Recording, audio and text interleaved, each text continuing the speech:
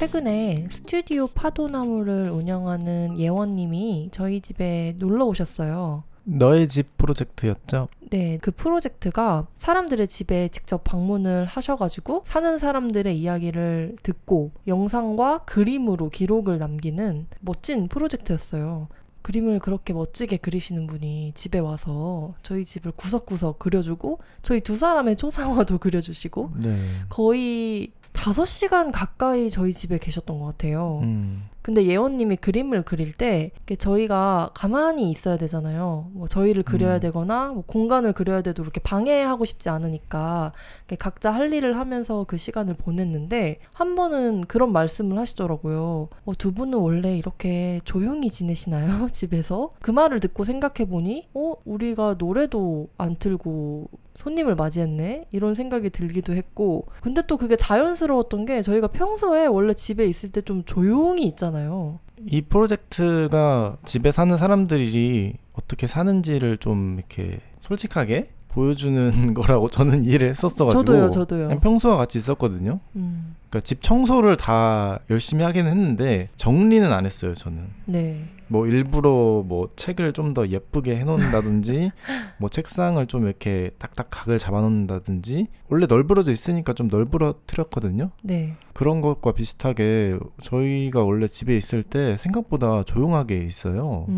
둘이 대화를 나누기는 하지만 막 시시콜콜 계속 말을 나누기보다는 각자 일을 할 때도 많고 네. 그리고 노래도 스피커가 있기는 한데 특히나 요즘은 잘 안 틀고 근데 저희가 평소에도 두 사람은 집에 있으면 뭐 해요? 이런 질문을 종종 받았거든요. 근데 그때마다 크게 할 말이 없었어요. 왜냐면 저희는 24시간 거의 내내 붙어 있는데 집에 있을 때 엄청 대화를 많이 하는 편은 아니고 각자만의 시간을 좀 존중하는 편인 것 같아요. 집이 작기 때문에 상대방이 뭘 하는지 뻔히 알아도 가서 대화를 막 엄청나게 많이 한다거나 그러지는 않고 그냥 강단은 강단대로 뭐 공부를 하거나 책을 읽고 저는 저대로 할 일을 하고 근데 그런 답을 할 때마다 우리가 좀 너무 심심하게 사나? 약간 노잼인가? 좀 지루하게 사나? 이런 생각을 많이 했어요. 근데 또 동시에 그렇다고 이게 나쁜가? 나는 지금 참 좋은데? 평화롭고 행복한데 이게 문제인가? 왜냐면 대답할 때 머쓱하니까 약간 다이나믹하지는 않아요. 네. 항상 비슷하게 반복이 되는 것 같기도 하고 그래서 오랜만에 연락을 한 친구가 있어도 요즘 뭐하냐 해도 뭐 똑같다. 네, 할 말이 없어요. 네, 궁금하면 강수파 들어라. 한 번은 또 이런 일도 있었어요. 저희가 일상에 좀 반복되는 루틴이 많아요.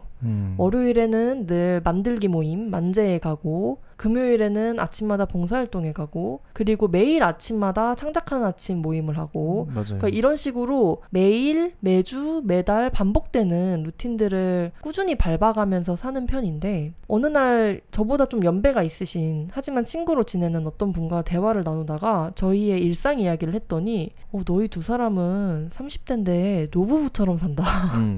그런 이야기를 하신 적도 있어요. 그걸로 한번 책 한번 써보라고. 네, 30대의 노부부 이야기 그렇게 써보라고 진심으로 그러니까 놀리는 게 아니라 좋아 보인다 이렇게 추천을 해주시기도 하셨었는데 최근에 이제 예원님까지 만나면서 실제로 저희가 집에서 생활하는 모습을 보고 그런 이야기를 꺼내주신 걸 보니 우리가 일상 속에서 지루함이라는 걸 어떻게 대하는지 이런 이야기를 나눠보면 좋겠다고 생각했습니다. 일단 가장 먼저 지루함이라는 게 뭘까에 대해서 한번 생각을 해봤는데 네. 그 지루하다는 말에 비슷한 표현이 몇 개 있는 것 같아요. 심심하다 이런 것들. 네. 저는 아무런 자극이 없을 때 뭐 노래를 듣는 것도 아니고 영상을 보는 것도 아니고 뭐 글을 읽는 것도 아니고 아무런 자극이 없는데 또 내가 딱히 할 수 있는 것도 없어. 뭔가 그런 순간들 있잖아요. 버스를 기다리거나 아니면은 카페에 가서 이제 음료를 시키고 기다리거나 하는 뭔가 약간 붕 뜨는 시간? 똥 쌀 때 네, 뭐 화장실에 그럴 있을 때도. 때 약간 뭐지? 중간에 그러니까 길을 잃은 하나의 타임블록 같은 느낌이라고 해야 되나? 그럴 때 좀 심심하다, 지루하다, 약간 뭘 해야 될지 모르겠다? 아, 소위 말해 뜨는 시간이네요. 네. 살짝 뜨는 시간. 뭔가를 마음 먹고 하기에는 시간이 너무 짧아서 애매하고, 그렇다고 해서 당장 내 주변에 할 일이 있는 것도 아니고. 그리고 하기 싫은 거 할 때 지루하다고 느끼는 것 같아요. 아, 그쵸. 네, 학교에서 지루함을 많이 느끼긴 하잖아요. 그쵸. 내가 별로 관심 없는 주제에 대해서 선생님이 이야기하거나 이럴 때.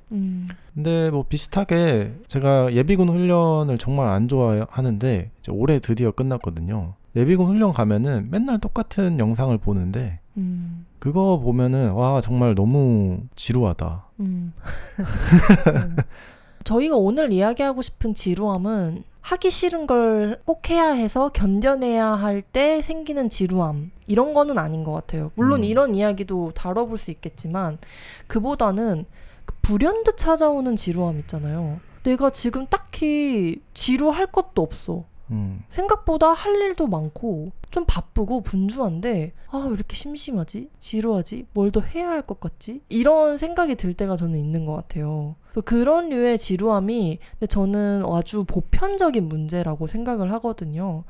그런 이야기를 좀 더 나눠보고 싶다는 생각을 했어요. 저도 지루함이 무엇인가 사전을 한번 찾아봤거든요. 그 사전적 정의가 시간이 오래 걸리거나 같은 상태가 오래 계속되어 따분하고 실증이 나다 였어요. 그래서 앞서서 강단이 말한 그런 지루함과는 좀 거리가 있는 거죠. 이렇게 잠깐 할 일이 없어서 좀 시간이 떠서 지루하다기보다는 뭔가 이게 너무 반복되고 뭔가를 계속 해야 되고 내가 좀 견뎌야 되고 그런 데서 오는 지루함? 그러니까 하기 싫은 거를 견뎌야 돼서라기보다는 반복적이고 익숙해져서 오는 지루함에 가까운 것 같아요. 근데 그거는 약간 그 산업혁명 이후의 지루함인 것 같아요. 그게 무슨 말인가요? 이 공장에서 일하다 보면은 네. 사실 완전 특수한 그 업무 하나를 반복해서 하는 거잖아요. 근데 거기에서 나온 지루함이 뭔가 그 현대 사회의 지루함을 의미하는 경우가 많다고 하더라고요. 아, 그렇구나. 네. 근데 저는 거기서 좀 더 의미가 확장될 수 있다고 생각하는 게 단순 반복 노동에서의 지루함이라기보다 그냥 어떤 하나를 이루려고 할 때 시간이 오래 걸려서 지루할 수도 있잖아요. 소위 말하는 도파민 중독인 거죠. 그러니까 도파민 중독에 대해서 저희가 예전에 강소팟에서도 길게 한번 다룬 적이 있는데 그때 공부한 바로는 도파민 분비 체계에 문제가 생기는 이유는 너무 손쉬운 즉각적인 자극에 적응돼 버렸을 때 생긴다고 그때 배웠어요. 근데 그와 반대로 내가 즐거움을 얻으려면, 기쁨을 얻으려면 시간과 노력을 꽤나 들여야 할 때는 도파민이 건강하게 분비가 된다는 거죠. 그런 식으로 어떤 보상을 얻기 위해서 시간을 좀 들여야 할 때. 근데 그게 마냥 즐거울 수 없잖아요. 지루하고 따분하고 견뎌야 맞아요. 하는 부분도 있겠죠. 네. 근데 그런 지루함도 저희가 오늘 이야기하고 싶은 부분인 것 같아요. 사전은 안 찾아봤는데 제가 짧은 정의를 내리자면 자극이 없음에 불만족을 느끼는 것이 아닐까라고 생각했거든요. 네. 항상 자극이 있어야 한다고 나도 모르게 이제 습득을 한 거죠. 학습이 되어 있는 거죠. 맞아요. 그래서 자극이 없으면은 이상하다. 왜 아무것도 안 하고 있지? 하면서 불안이 생기고 그 불안 때문에 갑자기 나는 누구이지? 나는 왜 살지? 나 뭐 하고 있는 거지? 간다고요? 너무 생산적이지 않은데? 아. 뭔가 이렇게까지도 생각이 빠지는 거죠. 그러면서 뭐라도 빨리 해야겠다 해서 선택하는 경우가 요즘에는 사실 이제 90% 이상 스마트폰이 아닐까. 맞아요. 근데 저도 제가 언제 지루한가를 생각을 해봤을 때 그냥 할 일이 없을 때가 아니라 바쁘다가 한참 막 바쁘게 지내다가 갑자기 할 일이 사라졌을 때 저는 극심하게 심심해요. 예를 들어서 저희가 올해 4월에 제주 북페이를 열었었잖아요. 근데 그 시기가 제가 근래 들어 가장 바빴던 시기였어요. 왜냐면 제주 북페이 행사도 진행하고 준비해야 되지. 그리고 그때 저희가 나 이야기 무대라는 독백 연기 워크숍을 진행하고 있었는데 그 모임에 막바지여서 또 무대도 준비했어야 했어요. 그리고 그 제주 북페일에 맞춰서 책도 한 권 신간을 발행해야 돼가지고 그러니까 모든 일에 마감이 몰려 있었던 거죠. 그래서 그때 한참 빨리 뭐 4월 15일만 됐으면 좋겠다. 그때면은 이거 다 끝난다. 좀 쉴 수 있다. 쉴 수 있다. 막 그런 생각을 했는데 막상 4월 15일이 오고 할 일이 사라지니까 강단 말처럼 불안한 거예요.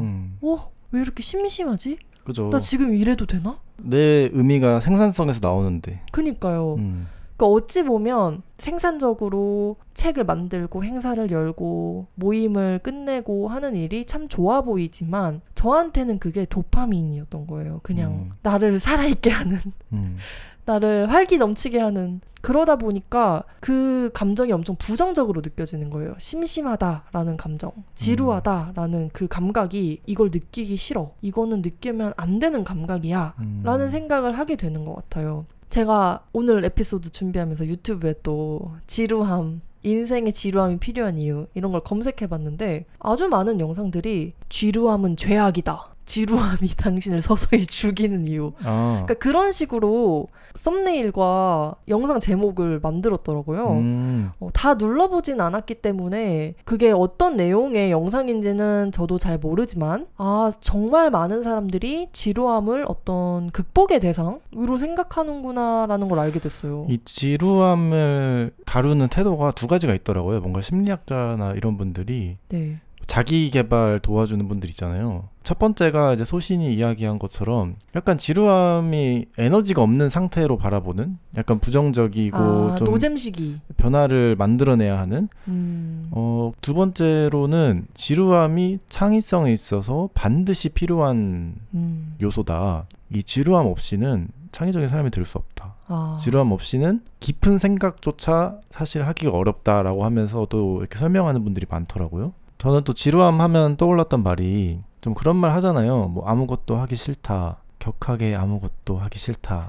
아무것도 하고 있지 않지만 더 아무것도 하기 싫다 이런 거. 네. 근데 진짜 아무것도 하기 싫을 때도 아무것도 안 하기가 너무 어려워요. 나 진짜 오늘 아무것도 안 하고 싶어. 막 노트북 열고 싶지도 않고 핸드폰 쳐다보기도 싫고 뭐 노래 같은 것도 듣기 싫어. 그냥 누워서 하루 종일만 있을래 라고 해서 그렇게 할 수 있는 사람이 저는 거의 없을 것 같아요. 제가 자주 듣는 조언이거든요. 강단한테. 사실 심심하다는 말을 제가 정말 많이 하잖아요. 저는 항상 그런 생각을 하면서 살았어요. 내가 가진 에너지가 100이라면 100을 다 쓰면서 살아야 된다. 뭔가 100을 안 쓰면 아까운 느낌? 내 시간과 노력을 낭비하는 느낌이 들었어요. 그래가지고 뭔가 심심해 이런 감각이 들면 그 말은 즉슨 내가 지금 에너지 100을 다 안 쓰고 있어. 뭐라도 해야 돼. 그럼 심심해 막 강단한테 가서 나 너무 심심해 막 이렇게 이야기하는 거죠. 근데 그때 강단이 은비야 아무것도 하지 말아봐. 오늘은 아무것도 하지 말아보자. 그럼 제가 그걸 어떻게 하는데? 이렇게 얘기하는 사람이었던 거죠. 실제로 대학에 제가 처음 입학을 했을 때 1학년 첫 여름방학을 맞이했어요. 근데 그때 담당 교수님이 있잖아요. 지도 교수님. 지도 교수님의 방학 전 면담을 갔는데 지도 교수님께서 그런 얘기를 하셨어요. 올 여름방학에는 아무것도 하지 말아봐라. 뭐 동아리 활동이나 인턴십이나 그런 거 하지 말고 그냥 아무것도 하지 말아라. 근데 그때도 제가 그 생각을 했죠. 아무것도 하지 말라고요? 어떻게 하는 거지? 정말 그게 어려운 일인 것 같아요. 아무것도 안 한다는 거. 그러니까 인간이 얼마나 그 지루함을 안 좋아하는지에 대한 심리학 실험들이 많더라고요. 그 중에 하나가 진짜 아무것도 할 수 없는 방 안에 이제 실험자가 있는 거예요. 근데 이제 이 사람 앞에 버튼이 하나 있어요. 유일하게 할 수 있는 건 이 버튼을 누르는 거예요. 근데 이 버튼을 누르면은 전기 충격을 받아요. 꽤나 아프게. 근데 대부분의 사람들이 버튼을 누른대요. 아무것도 할 수 없으면은 자극을 쫓아서 버튼까지 이제 누르는 거지. 그래서 이런 지루함을 또 없애려고 인간이 잔인해진다는 또 막 그런 연구도 있더라고요. 또 하나 제가 본 연구는 테이블 위에 커피 그라인더가 있고 커피 그라인더 안에 애벌레를 넣어놨어요. 아무것도 할 수 없는 상황이에요. 그러면은 또 대부분 커피 그라인더로 애벌레를 갈아버린대요. 근데, 그 정도로? 근데 실제로 갈리지 않는 커피 그라인더를 갖다 놨대요. 근데 실험하기 전에 심지어 애벌레들한테 이름을 붙여줬대요. 뭐 피키, 키키 뭐 이렇게 이름을 지어놨어요. 근데도 사람들이 대부분 다 커피 그라인더로 가려고 하더라. 이게 잔인한 자극이더라도 지루함을 견디지 못하고 그 자극을 선택해버리는구나. 그렇죠. 일리가 있는 것 같아요. 근데 그렇게 놀라운 결과는 아니에요. 네. 근데 그만큼 우리가 아무것도 안 하는 상태에 정말 취약한 것 같고 특히나 요즘에는 이제 멀티태스킹이 가능하잖아요. 그쵸. 언제든 그쵸. 어디서든. 그래서 노래만 듣는 사람도 많이 없을걸요? 가만히 노래만 듣는 거. 네, 강소파만 듣는 사람도 많이 없을걸요? 맞아요. 보통은 강소파 들으면서 집안일 하시거나 산책하거나 달리기 하거나 네. 운전하거나 좋은 명반 그런 것들 있잖아요. 이거에만 집중해도 좋은 뭐 비틀즈 음반이라고 칩시다. 그거를 온전히 못 듣겠어요. 처음부터 끝까지. 옛날에 저 어렸을 때만 해도 노래만 들었거든요. 맞아요. 노래 들으면서 와 가사 좋다 하면 가사도 막 적고 그랬던 기억이 있는데 세상에 자극이 너무 많아지고 그리고 또 그 자극을 얻기가 점점 손쉬워지면서 내가 만족을 느낄 만한 자극의 수준이 너무 높아진 것 같아요. 그래서 이제는 노래만 듣는 걸로는 자극이 안 채워지니까 노래 들으면서 일도 해야 되고 일하면서 메일도 확인해야 되고 그러니까 그런 멀티태스킹을 해야 내가 지금 100을 쓰고 있다. 지금 내가 생산성을 내고 있다. 좀 이런 느낌을 받는 게 아닌가 싶네요. 근데 저조차도 내가 가진 모든 에너지를 다 써야 돼. 그게 맞아. 심심한 건 별로 좋은 것 같지 않아. 라고 생각하는 사람임에도 결과적으로는 내가 가진 에너지 중에 한 40% 정도는 가만히 내버려 둘 줄 아는 사람이 돼야 한다는 생각을 해요. 언제까지 100을 다 쓰면서 살겠어요. 그리고 저는 100을 쓰려고 하면 할수록 그 100의 크기가 커지는 것 같아요. 절대적인 양이. 근데 그 100이라는 것도 뭐 쓰러질 때까지 일하는 게 100이라고 하면은 그거는 뭔가 건강하진 않은 거잖아요.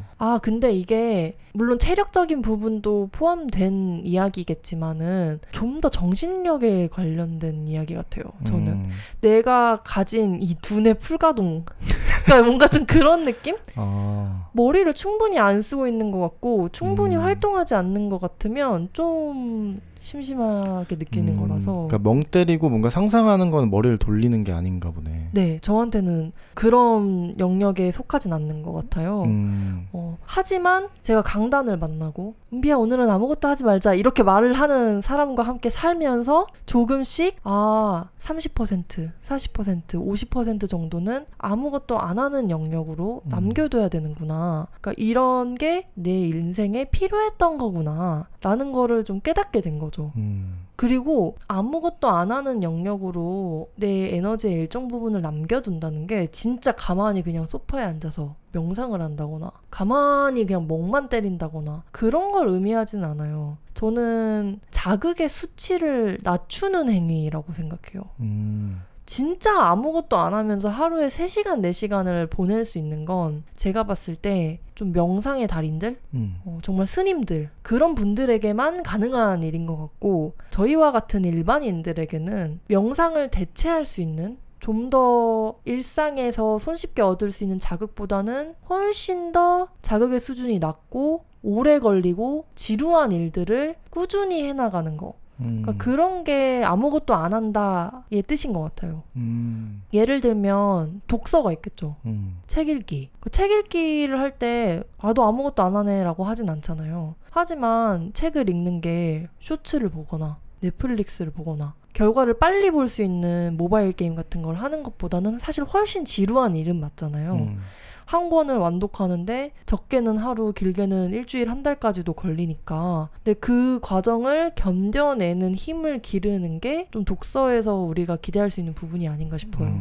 특히 막 좋은 문장들이 많이 들어가 있는 저는 아름답다고 표현을 하거든요. 비유가 너무 아름답고 좋네 이렇게 계속 생각하게 하네 하면은 뭐 한 2페이지 읽는데도 10분이 걸려요. 근데 계속 뭔가 곱씹어 보다 보면은 이 이야기와 전혀 상관없는 막 생각으로 갑자기 빠지고 맞아요. 결국에는 이것도 약간 뭐 상상의 나래로 계속 펼치게 되는? 그쵸. 근데 이게 또 생산적이냐라고 하면은 또 생산적은 아닌데 그 재미가 있다고는 많이 느끼거든요. 맞아요. 아까 강단이 지루함을 포용하면서 살아야 하는 이유에 대해서 이야기했을 때 그중 하나가 창의성이라고 했잖아요.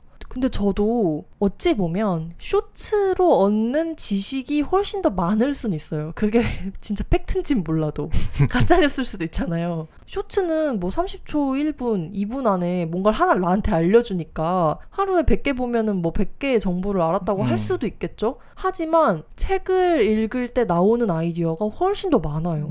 그 이유에 대해 제가 잘 몰랐거든요. 근데 강단 말이 맞는 것 같아요. 책을 읽다 보면 이게 단순히 소비하고 있다는 생각이 잘 안 드는 것 같아요. 그냥 표면적으로 봤을 때는 내가 활자를 소비하는 거잖아요. 그것도 컨텐츠 소비잖아요. 근데 내 머릿속에서 일어나는 일은 너무 적극적인 대화니까 반절 정도는 내가 창작을 하고 있다고 느끼는 것 같기도 해요. 계속 새로운 아이디어가 나오고 새로운 생각들이 들고. 그 뇌과학적으로 지루함을 느낄 때 뇌에서 활성화되는 부분들이 창의적인 생각을 하게 하는 부분들이래요.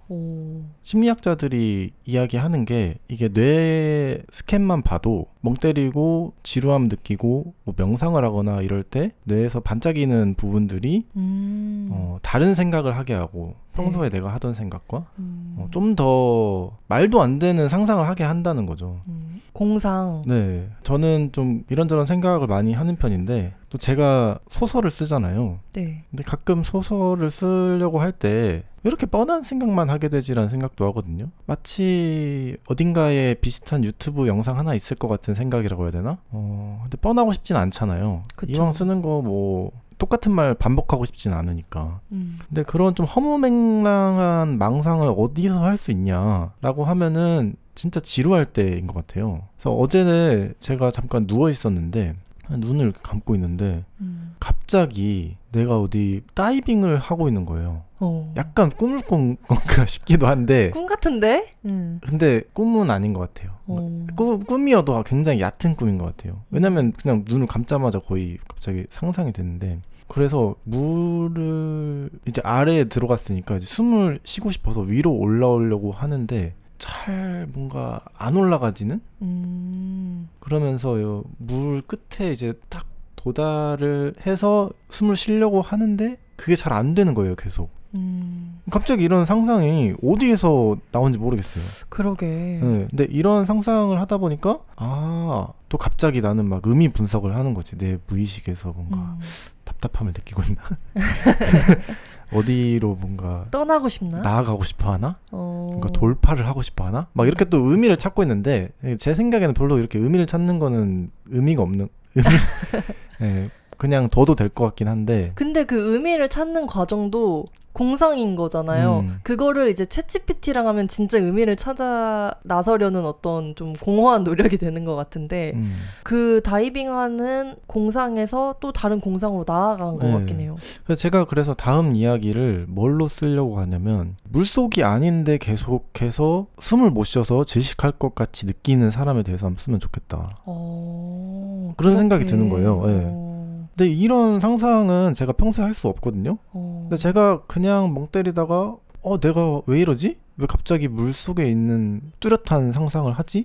하다 보니까 이야기에 대한 또 영감이 떠오르는? 이거는 좀 다른 이야기일 수는 있는데 저는 소설을 쓰지는 않고 수필을 쓰잖아요. 처음 글을 막 써보겠다고 했을 때는 머리로 생각을 다 해놨어요. 이번에 이런 주제로 이때 이 경험을 좀 다뤄봐야지. 이런 식으로 시작해가지고 이렇게 끝내면은 괜찮을 것 같아. 이렇게 생각을 하고 앉는 거예요. 책상 앞에. 어떤 때는 물론 그렇게 글이 쓰여요. 근데 재미가 없어요. 내가 머리로 이미 다 구조를 짠 어떻게 보면 그냥 구현만 한 그런 글이 된 거니까 재미가 없고 대부분의 경우는 제가 생각한 대로 쓰이지 않아요. 지금은 어떤 식으로 글을 쓰냐면 그냥 평소에 생각을 해요. 이런 거 글 써보면 재밌겠다. 저거 좋겠다. 이 경험도 한번 다뤄보고 싶었는데 적어놓기도 하고 그리고 오늘은 뭘 써야겠다 생각하지 않은 채로 그냥 앉아요. 그럼 사실 내가 머리로 이미 쓸 이야기를 다 정해놨을 때보다 한 편을 완성하는 데에는 훨씬 더 오랜 시간이 걸려요. 왜냐면 썼다 지웠다가 또 해야 되고 이게 좋은가 썼다가 아니네 다 날려도 보고 그런 과정이 더 많이 필요하니까. 근데 그 과정에서 정말 내가 생각지도 못했던 옛날 경험이 떠오르기도 하고 그 경험을 쏟아내면서 내가 그때 이렇게 느꼈구나. 나도 몰랐는데 하고 깨닫게 될 때도 있어요. 어떻게 보면 빈 화면을 내 눈 앞에 두고 공상을 하는 것과 좀 비슷한 것 같아요. 그냥 그때부터 생각하기 시작하는 거죠. 뭘 쓰지? 이렇게. 근데 그게 참 비효율적이라고 생각할 수도 있고 시간 낭비라고 볼 수도 있잖아요. 근데 저는 이런 과정을 반복하면서 내가 쓴 모든 글이 하나하나 다 그냥 공상의 결과물 같다는 생각을 해요. 그러니까 옛날에는 이런 책을 한번 만들어 보고 싶어. 그러면 이런 책 안에는 이런 글도 필요하고 저런 글도 필요하고 이렇게 꼭지를 적어놨다가 하나씩 채워가는 방식으로 글을 써야 된다고 생각했는데 그게 아니라 내 마음이 따라가는 대로 내 머리가 흘러가는 대로 썼더니 이런 글이 완성됐네. 내가 전체적으로 보니 요즘에 이런 거를 많이 생각하고 있나 보다 깨닫게 되기도 하고 하나하나가 좀 탐험 같다고 해야 될까요? 근데 이게 훨씬 더 재밌어요. 컨텐츠를 잘 만든다고 하면은 그 고자급 컨텐츠를 잘 만든다 이런 뜻을 또 암시하고 있는 것 같거든요. 뭐 제가 팟캐스트는 이제 꽤 했잖아요. 네. 팟캐스트도 편집을 하면 할수록 더 과감하게 드러내게 되거든요. 아, 이 말은 좀 지루한데? 이 말은 아까 했던 말이랑 약간 비슷한데? 막 이런 것들 있잖아요. 근데 그런 것들을 이제 딱딱 자르고 다시 들어보면은 좋죠. 뭔가 한 문장 한 문장이 덧셈인 것 같은 느낌이라고 해야 되나? 아, 더하기의 반복. 네. 듣는 사람이 좀 시간 절약도 되고 그리고 우리는 가장 깔끔하게 말하는 모습을 보여줄 수 있고 네. 근데 이게 또 마냥 좋냐 하면은 아닐 수도 있다는 생각도 들기는 해요. 최선인 것 같긴 하거든요. 왜냐면 사람들이 듣기 편해야 되니까 일단 그리고 듣는 사람들이 계속해서 뭔가 고개를 끄덕일 수 있으면 좋고 오 재밌네 이렇게 할 수 있으면 좋으니까. 근데 가끔 저희를 실제로 만나시는 분들이 강소팟에서 이렇게 말을 잘하냐 공개 방송 한번 해봐라. 네 그런 말을 하시잖아요. 근데 그때마다 편집한 나는 내가 아니다. 저는 녹음할 때 말도 잘 못하고 중간중간에 한숨도 푹푹 쉬고 뭐 다시 할게요 이런 말도 하고 막 5초씩 10초씩 그냥 정적이 흐르고 이러는데 편집한 걸 듣다 보면은 워낙 편집을 그래도 세심하게 하려고 하다 보니까 그렇게 생각해 주시는 거라고 하거든요. 근데 모든 컨텐츠가 이런 방향으로 편집이 되어 있다 보니까 이게 마치 그 스탠다드가 되어버린 맞아. 거죠. 근데 문장들도 요즘 좀 그렇잖아요. 저도 그렇게 생각하거든요. 좋은 문장이라는 게 뭐냐 하면은 단박에 이해가 잘 돼야 되고 그리고 뻔하지 않으면서도 익숙하고 뭔가 이런 느낌이라고 해야 되나? 근데 그것도 씹기 좋은 형태로 자극을 주려는 태도라고 해야 되나? 근데 그런 태도가 그 예술계에 전반적으로 뭔가 형성이 되어 있으면은 과연 우리 시대에 단테나 호모가 나올 수 있나 그런 생각도 있죠. 네.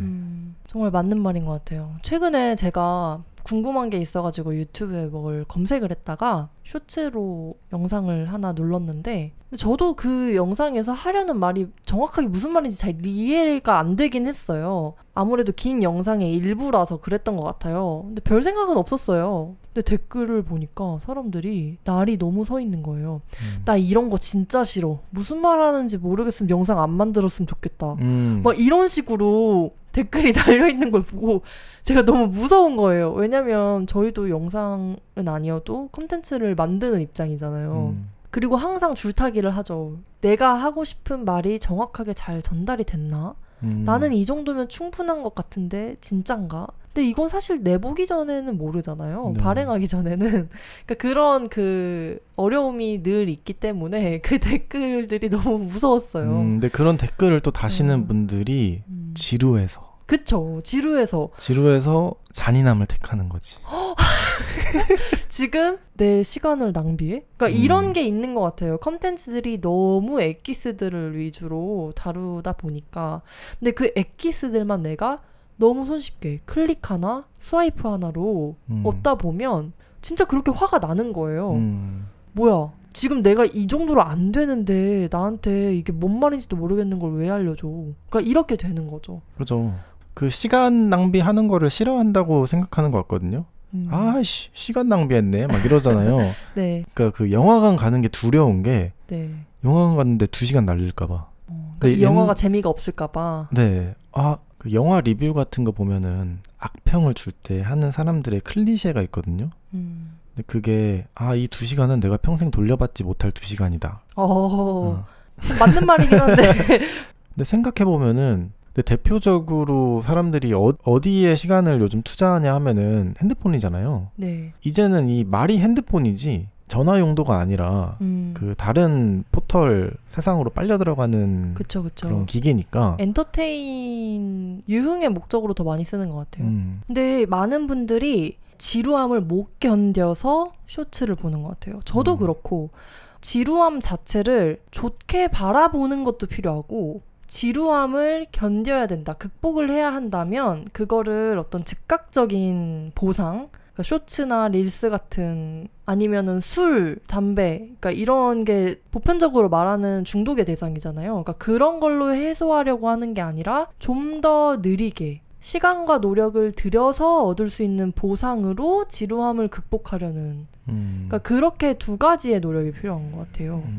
사실 저희가 아까 얘기했던 독서나 또 지루함을 극복하기 위해 그럼 또 어떤 거를 건강하게 할 수 있을까 생각했을 때 떠올랐던 활동이 공부도 있고 뭐 산책도 있고 요가, 명상 이런 식으로 소위 잔잔하고 고요하고 종교인들이 할 것 같은 그런 활동들이 떠올랐거든요. 근데 이런 것들이 사실 지루한 게 아니에요. 정말 재밌잖아요. 많은 사람들이 너무 즐거움을 느끼는 역치가 높아지니까 이 정도 재미는 재미라고 못 느끼는 거죠. 그래서 이제는 책 읽는 거, 꾸준히 요가하고 명상하고 산책하는 거, 공부하는 거 그거 너무 지루한 거 아니야? 그러니까 이렇게 돼버리는 거죠. 맞아요. 자극의 기준이 엄청 높아져 있다는 생각을 해요. 저도. 영화도 그렇잖아요. 뭐 존 윅 같은 영화 보면은 쉴 틈 없이 쏘잖아요. 없잖아요. 진짜. 근데 그런 거 보다가 조금이나마 좀 루즈한 스파이물을 본다? 안 되죠. 액션이 계속 터져야 되죠. 제가 또 생각했던 활동 중에 하나가 고양이 보는 거였거든요. 근데 저는 고양이 보는 게 어떻게 보면 진짜 무용한데 너무너무 기분 좋은 일이잖아요. 그죠. 애들 자는 거, 하품하는 거, 누워있는 거, 뭐 식빵 굽는 거 이런 걸 이제 구경을 하는데 근데 요즘에는 그런 거 모아놓은 영상들이 또 있잖아요. 근데 이게 다르다는 거죠. 엑기스를 맞아요. 싹싹싹 모아가지고 잘 편집된 그런 고양이 영상을 보는 것과 우연히 쟤 왜 이렇게 귀여워? 물론 이거는 고양이를 키우는 사람만 누릴 수 있는 행복이지만 쟤 왜 이렇게 귀여워? 하고 가가지고 한 5분, 10분 이렇게 구경하는 거랑은 그죠. 다르다는 거죠. 뭐 카페에 갔는데 고양이나 강아지가 있다든지. 근데 이게 꼭 고양이가 아니더라도 사람마다 그런 대상이 있을 거예요. 저는 또 길 가다가 직박구리 보는 걸 좋아하잖아요. 전 직박구리가 그렇게 왜 귀여운 줄 모르겠어요. 너무 귀엽게 생겼어요. 얘가 머리가 일단 좀 젖어 있잖아요. 진짜 젖어 있는 건지 아니면은 항상 그런 스타일을 유지하는 건지는 모르겠지만 뭔가 그 부스스한 머리 스타일이 일단 너무 귀엽고 그리고 항상 짝꿍이랑 같이 다녀요. 두 마리가 함께 다니는데 그래서 한 마리를 보면 꼭 주변을 둘러보면서 다른 애 어딨지? 이렇게 보게 되고 근데 이런 어떤 일상에서 자연에서 볼 수 있는 평화로운 풍경이 사람들마다 하나씩 있을 거예요. 근데 제가 직박구리 좋다고 해서 직박구리 영상만 귀여운 직박구리 영상 모음 그러니까 이런 걸 보는 거에서 느끼는 행복과 우연히 길 가다가 직박구리 보고 귀엽다 하는 거랑은 다를 수밖에 없다. 맞아요. 제가 그 번역 없이 공부하기 모임 뭐 4주나 5주 좀 길게 모집을 해서 네. 운영을 하잖아요. 함께하는 분들이 다 글을 읽어오긴 하지만 제가 뭐 작가 소개도 하고 그리고 글에 관한 발견이나 좀 의미 있다고 생각되는 부분 이런 부분을 이야기를 많이 하다 보니까 네. 약간 강의 느낌이 나기도 하거든요. 네. 근데 이런 강의를 내가 학교가 아닌 환경에서 많이 접했나 라고 하면은 또 아닌 것 같은 거예요. 그래서 강의를 만들고 또 강의를 듣고 이게 좀 긴 호흡으로 공부를 하는 거라는 생각이 들어가지고 네. 공부도 짧은 호흡으로 하려는 좀 특성이 있거든요. 저만 그런지 모르겠는데 이번 강습판 에피소드를 준비하는 것도 뭐 지루함이란 뭘까 이런 고민을 한다 하면은 유튜브나 이제 글 이런 거 검색해 본 다음에 짧은 거 그냥 빨리빨리 블렛으로 알려주세요. 뭐 이런 거 위주로 보게 되고 막 길게 제가 막 심리학 강의 한 학기짜리 이런 거 듣고 오는 게 아니다 보니까 근데 이런 것만 계속 반복하다 보면은 결국에 나는 약간 앵무새 같은 느낌으로 가는 것 같기도 해가지고 네. 유튜브에 보기만 해도 진짜 강의가 많잖아요.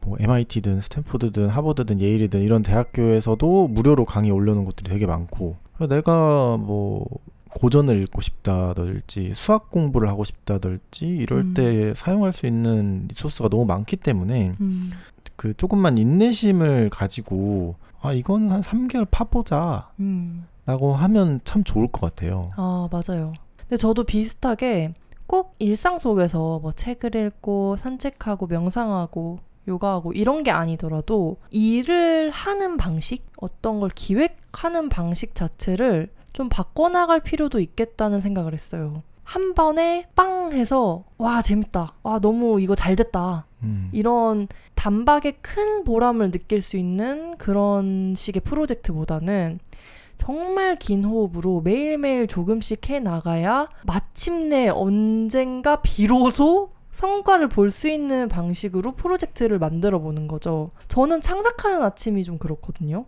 창작하는 아침이 사실 3개월 됐다, 6개월 됐다, 1년 됐다 이러면 선물을 준다거나 보상을 해준다거나 그런 게 없잖아요. 가장 단순하게 매일 아침 1시간씩 창작하고 일지를 쓴다. 이 행위를 계속 반복하는 건데 그 반복하는 그 행위의 의미가 첫 번째 한 달과 지금이 너무 달라요. 그러니까 매 순간 달라져요. 1년쯤 됐을 때는 이게 이제야 나한테 조금 뭐 적응이 된 것 같다 느끼기도 하고 1년 6개월쯤 된 지금에서는 아침에 1시간보다 동료들과 하는 그런 유대감이 더 나한테 더 힘을 줬구나 이런 걸 깨닫기도 하고 그러니까 이런 식으로 한순간에 팍 하고 오는 그런 보상은 없거든요. 뿌듯함도 없어요.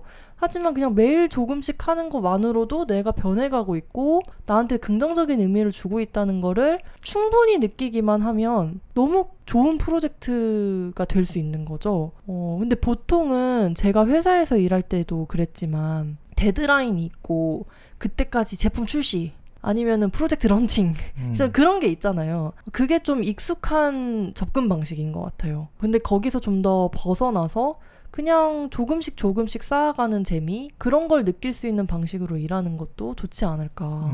작은 배가 일하는 걸 보시면 얘는 진짜 일 안 하네 라고 생각할 수도 있어요. 저희의 일상 루틴 자체가 매일 매주 매달 반복되는 어떤 일들로 채워져 있다고 얘기했잖아요. 그래서 정말 새로운 일이랄 거는 저희가 구태여 만들어내지 않는 이상 별로 없어요.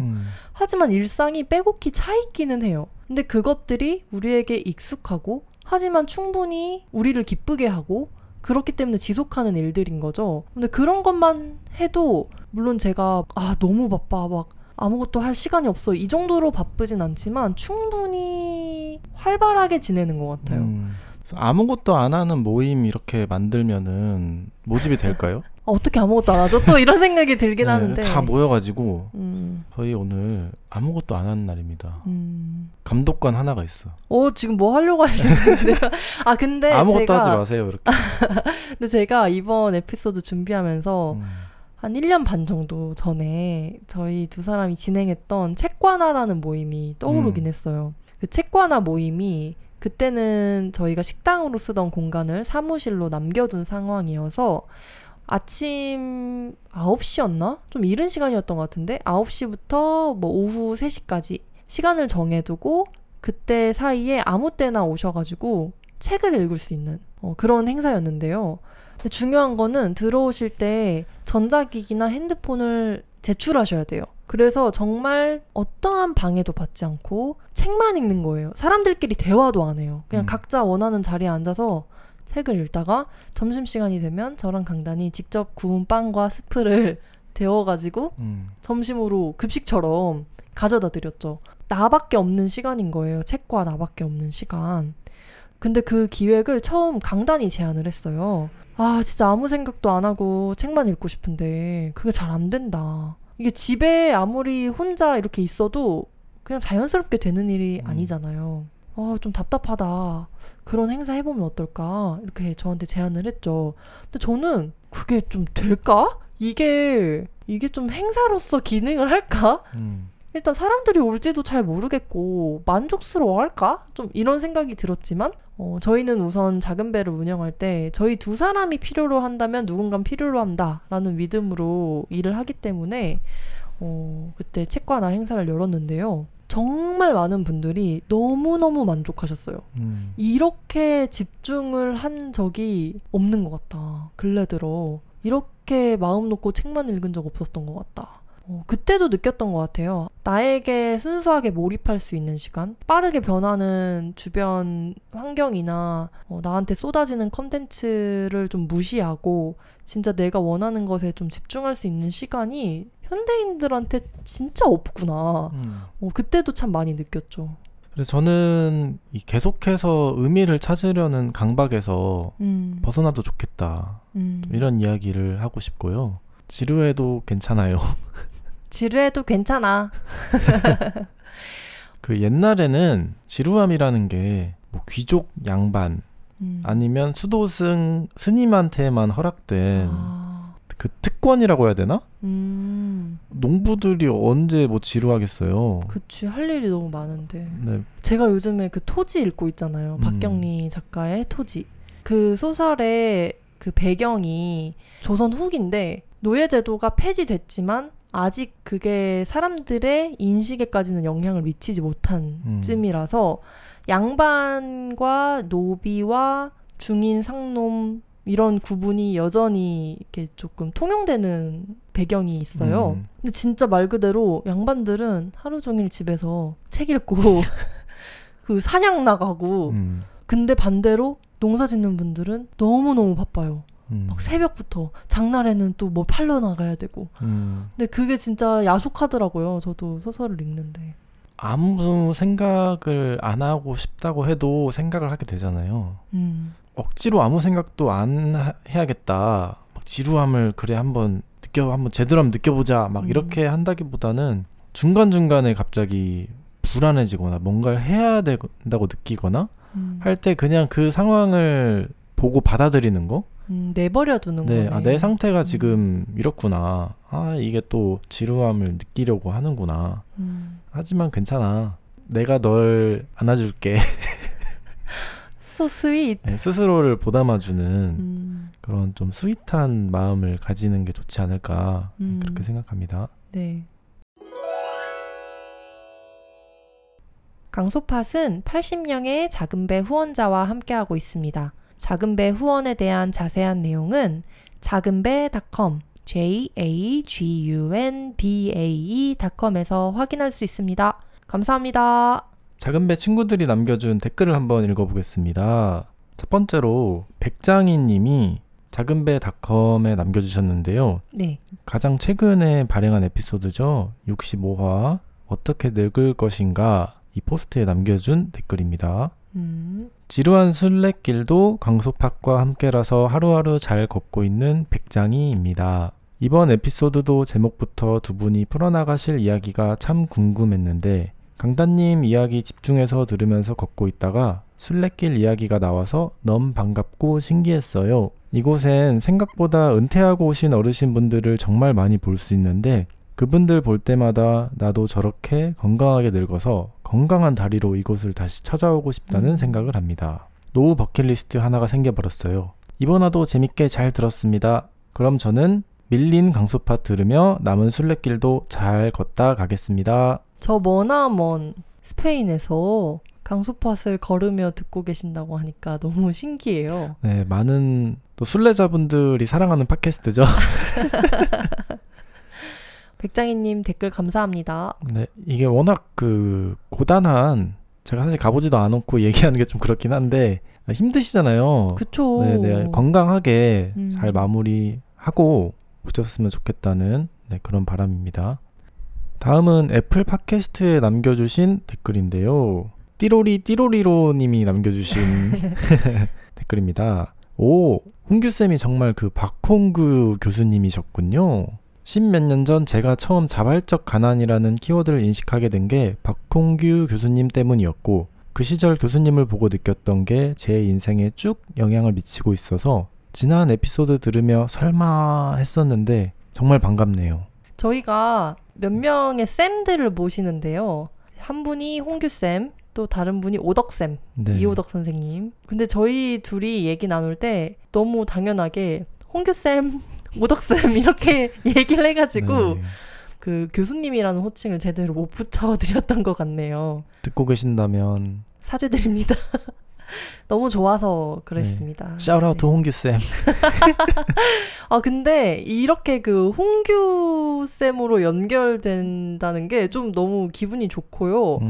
왜냐면 주변에 홍규쌤을 아는 사람을 만나기가 그렇게 쉽진 않잖아요. 그리고 홍규쌤이 전하는 메시지나 가치관이나 이런 것들이 좀 뚜렷하기 때문에 당신도 홍규쌤을 아신다고요? 좀 이거 하나만으로 확 유대감이 생기는 그런 맞아요. 느낌이 네. 드네요. 또 띠로리로님이 저희와 코드가 잘 맞을 것 같다는 생각에 그냥 단박에 드네요. 네. 다음은 작은배.com 웹사이트에 영민님이 남겨주신 댓글입니다. 안녕하세요. 해외에 살고 있는 창작자 꿈나무 영민입니다. 최근 들어 어지러운 국제 이슈와 개인적 이사 이슈로 번아웃 비슷한 게 왔어요. 그래서 머리가 아플 지경까지 인스타그램 속 화면을 떠도는 삶을 살았습니다. 더 이상 이렇게 살 수는 없다 싶어서 또 무한히 팟캐스트 속 화면을 떠돌다 강소팟의 인스타그램 없이 살아남을 수 있을까 에피소드를 시작으로 모든 에피소드를 정주행했습니다. 덕분에 다시 생기와 활기를 되찾는 중이라 감사의 마음을 전하고자 글을 남깁니다. 지금으로서는 모든 에피소드마다 친구들을 붙잡고 서너 시간도 떠들 수 있을 만큼 하고 싶은 이야기가 넘쳐나요. 하지만 한 가지만 꼽아 여쭙고 싶은 게 있다면 디지털 세상에 대해 잘 모르는 사람이 강단님처럼 웹사이트를 만들 수 있는 가이드가 있을까 하는 부분입니다. 저는 현재 디자인 업종에 종사하고 있어서 나름 취향도 있고 디테일에 대한 기준도 높아진 상태예요. 오랜 시간 소소하지만 구석구석 제 손길이 담긴 작은배.com 같은 웹사이트를 스스로 만들고자 희망했어요. 하지만 제가 참 이런 쪽으로는 죽어도 안 되는 건지 죽을 정도로 노력을 하는 게 안 되는 건지 번번이 실패를 하게 되네요. 한 에피소드에서 강단님이 아이디어가 생기면 타다닥 웹사이트를 만드신다는 이야기를 해주셨어요. 숨쉴 공간 웹사이트처럼요. 그게 저에게는 정말 전설 속 영웅담처럼 느껴졌어요. 혹시 이런 부분과 관련해서 어떤 조언을 주실 수 있을까요? 최근 정말 그 뉴스를 보면은 너무 안 좋은 일이 많아가지고 저도 이걸 보는 게 맞나 싶으면서도 뉴스를 읽으면서 혼란스러울 때가 있거든요. 근데 그럴 때 또 강소팟이 도움이 됐다니까 제가 또 너무 뿌듯하더라고요. 사실 뉴스도 너무 그 뉴스를 생산하는 사람들이 자극적으로 만들려고 하는 게 있잖아요. 그죠. 네. 뭐 잔잔한 이야기는 안 다루죠. 네, 안 다루죠. 네. 그러다 보니까 세상이 어떻게 돌아가는지 아는 게 중요하다는 생각에 뉴스에 집중을 하다가도 잘못된 수렁에 빠지는 경우들이 있는 것 같아요. 맞아요. 어쩔 수 없이. 그리고 영민님이 제가 웹사이트 만드는 거를 되게 좋게 봐주시고 계시는데 그 영빈님이 확고한 취향이 있고 디자인에도 욕심이 있다 이런 식으로 이야기해 주셨잖아요. 근데 저는 그것만으로도 충분히 좋은 웹사이트 만드실 수 있지 않을까라는 생각도 듭니다. 요즘 AI랑 같이 웹사이트 만드는 툴들이 워낙 잘 되어 있다 보니까 모두가 아는 뭐 GPT와 함께 만들 수도 있는 거고 아니면은 이제 개발에 좀 더 특화된 여러 가지 툴 검색만 하면은 바로 나오기 때문에 저는 이제는 기본적인 웹 개발 같은 경우는 디자인과 취향이 더 중요해지는 시대가 온다고 생각하거든요. 그래서 한번 시도해 보셨으면 좋겠고 시도하는데 뭔가 잘 안 된다 싶으면은 또 제가 그 댓글 답글로 제 이메일을 남겨놨으니까 그 한번 소통하면 좋을 것 같습니다. 네, 영민님의 댓글에 강단이 대댓글 남겨준 걸 저도 나중에 봤는데 그래도 기본적인 조언들을 잘 정리해 주었더라고요. 그래서 강소파 지금 듣고 계시는 분들도 만약 영민님과 비슷한 고민이 있다면 이 댓글 가서 읽어보셔도 좋을 것 같고, 그리고 저희가 창작하는 아침 함께하는 한이님이라는 동료님이 계신데요. 그 한이님이 몇 달 전부터 챗GPT랑만 대화를 해서 본인만의 포트폴리오 웹사이트를 지금 거의 다 완성하셨어요. 네. 근데 한이님도 웹 개발에 대한 지식이 그냥 제로라고 하셨거든요. 아무것도 몰라서 챗GPT한테 지금 내가 웹 개발에 대해 아무것도 모르는 상태인데 이런 웹사이트를 만들고 싶어. 무엇부터 하면 좋을까? 이런 질문부터 시작하셔서 계속 그 대화를 거듭하며 지금 웹사이트를 완성해 가고 계시거든요. 근데 한이님의 웹사이트를 처음 딱 보여주셔서 봤을 때에도 아, 이제는 개발 지식보다 정말 취향이 중요하구나. 내가 뭘 만들고 싶은지를 정확하게 알고만 있다면 주문을 넣을 수가 있게 됐구나 라는 생각이 들더라고요. 그래서 영민님도 디자인 전공이시니까 어쩌면은 저희보다 강단보다 더 빠르게 원하는 데 도달하실 수 있을 것 같아요. 응원합니다. 감사합니다, 영민님. 다음은요. 또 작은배닷컴 방명록의 무아님이 또 오랜만에 남겨주셨네요. 야근 주말 출근에 치이다가 오랜만에 방문했어요. 오늘도 일을 해야 했지만 끝나고 러닝하면서 강소파 새 에피소드 들을 생각으로 잘 버텨냈습니다.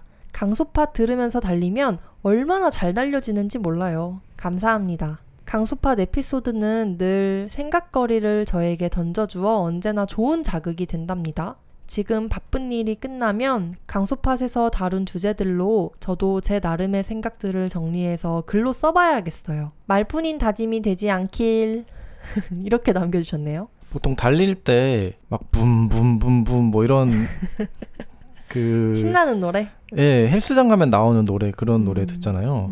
저는 헬스장 갈 때마다 사실 불만인 게 그 노래가 싫어요. 너무 고자극 노래가 스트레스예요. 귀가 아프다고 해야 되나? 강소팟이 또 러닝할 때 잘 안 어울릴 것 같다고 생각할 수 있지만 오히려 약간의 그 잔잔함? 그 전국의 헬스장 관장님들은 무한님의 댓글 참고하셔서 강소팟을 틀어놓으심이 어떠신지.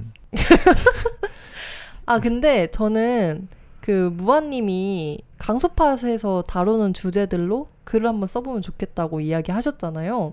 가끔 저희도 궁금해서 포털에 강소팟 치고 최근에 어떤 리뷰가 올라왔는지 살펴봐요. 자주 확인해요, 저는. 네, 뭐 인스타그램 이런 건 이제 안 하고 있고 SNS에서 반응을 잘 보진 않지만 그 블로그 후기나 웹사이트에 또 자기 글을 적으시는 분들의 후기 같은 거를 살펴보는데 아, 내가 했던 말이 여기까지도 갈 수 있구나. 좀 그런 걸 볼 때마다 신기하더라고요. 그래서 무한님도 저희의 생각에서 확장된 어떤 아이디어를 글로 풀어내신다면은 꼭 그 방명록에 한번 남겨주셨으면 좋겠어요. 아, 너무 기대됩니다. 네, 정말 기대됩니다. 오늘은 지루함에 대하여 지루하지 않은 대화를 나눴습니다. 저희는 다음 주 일요일에 다시 인사드리도록 하겠습니다. 여러분의 일과 삶에 강단과 소신을 빕니다. 감사합니다.